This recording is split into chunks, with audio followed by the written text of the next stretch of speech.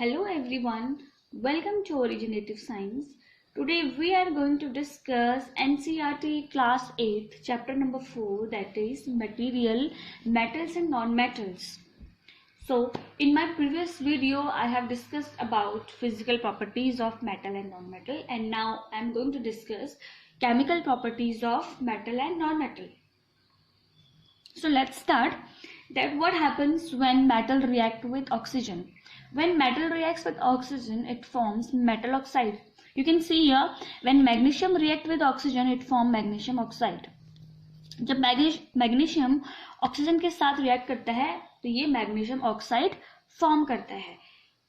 ये जो magnesium oxide है it is basic in nature, क्योंकि जो भी मेटल ऑक्साइड्स होते हैं वो नेचर में बेसिक होते हैं. हमने ये कैसे पता लगाया? हमने क्या किया, ये जो मैग्नीशियम ऑक्साइड है it is a metal oxide. हमने इसे टेस्ट किया, लिटमस पेपर टेस्ट किया हमने इसका, तो हमें क्या रिजल्ट मिला कि इसने रेड लिटमस को ब्लू में चेंज कर दिया. It means it is basic in nature. Okay, तो same thing when a copper vessel is expose to moist air for long. जब हम कॉपर मेटल को हमने क्या किया, कॉपर, आपके पास कोई कॉपर वेसल है उसको हमने लॉन्ग टाइम के लिए मॉइस्ट एयर में एक्सपोज किया, रख दिया.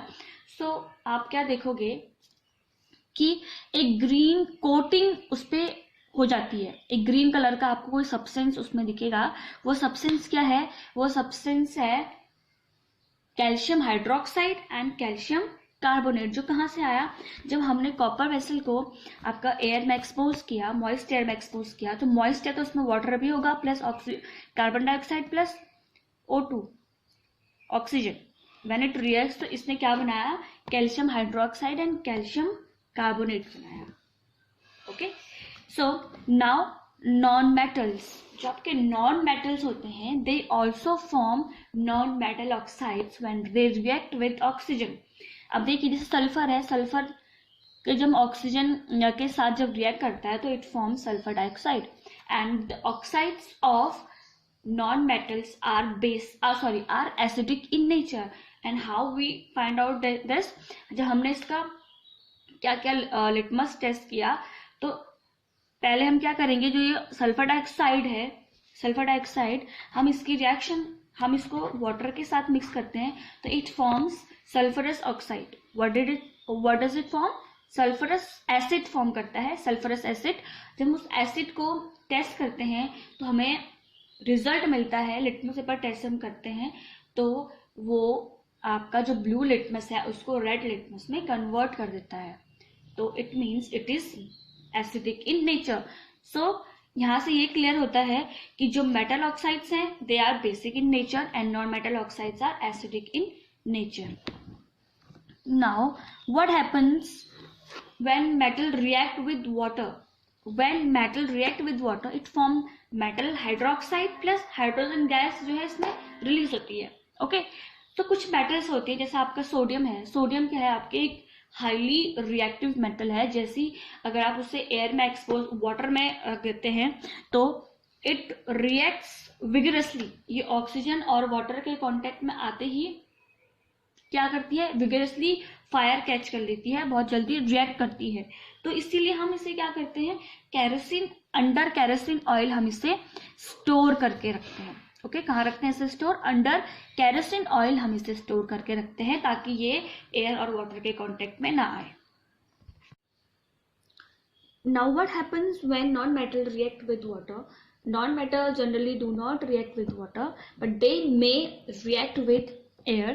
Like some non-metals are there, जैसे phosphorus. Phosphorus is a very reactive non-metal. It catches fire if exposed to air. अगर हम इसे air में expose कर देते हैं तो it catches fire vigorously.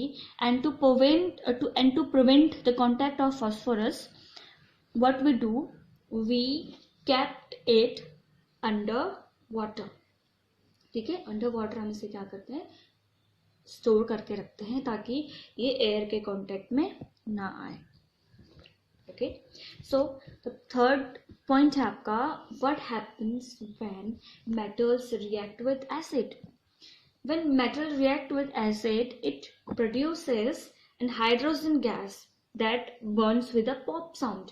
जब हम मेटल की रिएक्शन करवाते हैं किससे, एसिड से, तो क्या होता है, it produces a hydrogen gas with pop sound. Pop sound आपको सुनाई देगी, ठीक है, जब हम मेटल की रिएक्शन करवाते हैं किससे, एसिड से। और वो पॉप साउंड किसकी होती है, आपके हाइड्रोजन गैस की। Okay, and what happen when non metal reacts with water, acids, non metal generally do not react with acids. And reaction with basis, what happens when metal react with bases? When metal react with bases, it generally produces what, hydrogen gas, like acids, like acid भी क्या करते हैं, जब metals के साथ react करते हैं तो it produces hydrogen gas with pop sound. Okay, and what about bases?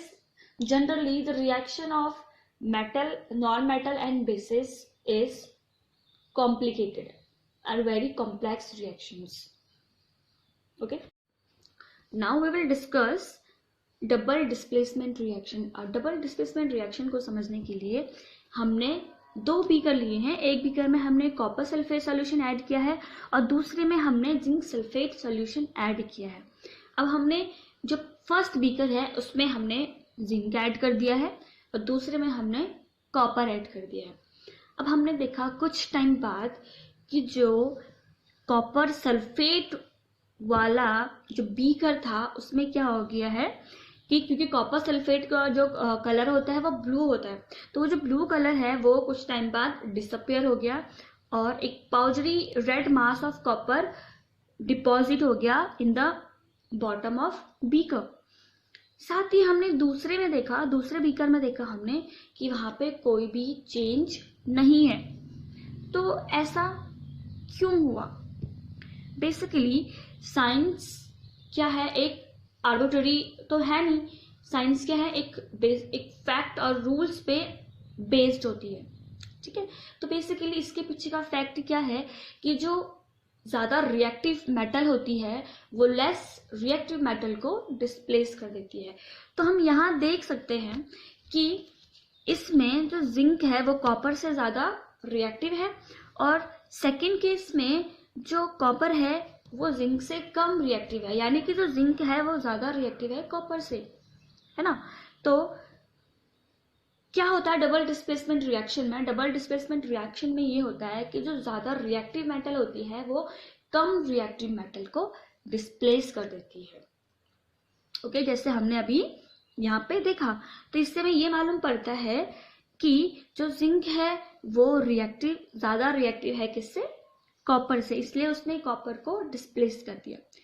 Okay, so now we are going to discuss uses of metals and non-metals. So metals के बारे में तो आपको पता ही है कि metals आपके कुकिंग यूटेंसिल्स बनाने में यूज होते हैं, aeroplane, satellites, train, automobiles, machineries, water boilers, there are so many uses ना। कुछ मेटल्स आपकी बॉडी में, जैसे आपका आयरन है, आयरन आपकी बॉडी में प्रेजेंट होता है, और क्या है, कैल्शियम हो गया, बहुत सारे मेटल्स हैं, ठीक है, जो आपकी बॉडी में प्रेजेंट होते हैं, जो आपकी बॉडी की ग्रोथ में हेल्प करते हैं, आपकी बॉडी को प्रॉपर फंक्शन करने में हेल्प करते हैं, ठीक है।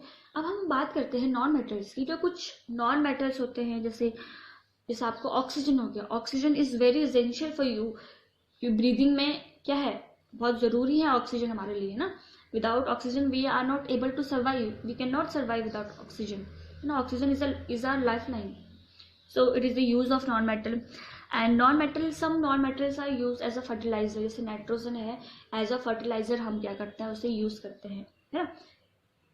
फिर आता है आपका some non-metals like chlorine tablets, आपने सुना होगा। It is used for purification of water to cleanse the germ, है ना। हम क्लोरीन टैबलेट्स का यूज करते हैं किसके लिए?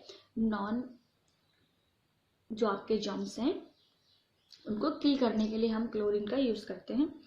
फिर आता है आपका कुछ नॉन मेटल्स होते हैं जो एज एन एंटीसेप्टिक आपके यूज होते हैं। कुछ नॉन मेटल्स आपके क्रैकर्स बनाने में भी यूज होते हैं। Okay, so This was the end of your chapter. Next topic we will discuss in our next video. Till then, if you have any doubt or any query, you can ask me below in my comment section. And thank you for watching.